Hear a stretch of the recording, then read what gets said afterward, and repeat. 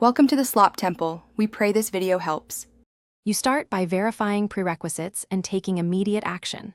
First, confirm the Java runtime matches your build and enable detailed TLS/socket debugging so you can see handshakes and errors.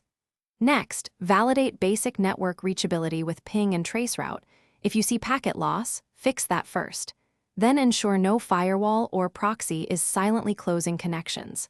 Once done, collect logs and note exact exception timestamps so you can correlate network events with Java stack traces.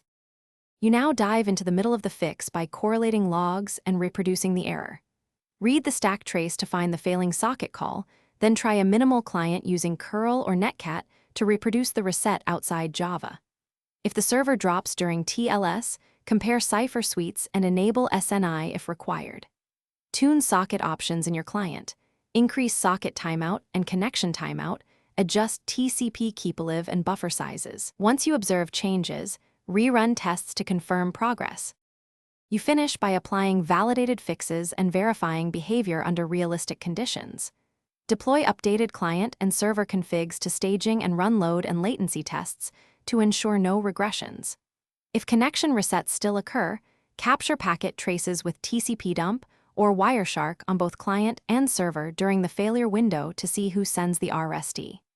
Make targeted changes, adjust server keepalive, proxy timeouts, or JVM socket flags, then retest. If something breaks, roll back and iterate using captured evidence. Thanks for watching. Consider subscribing if we helped you.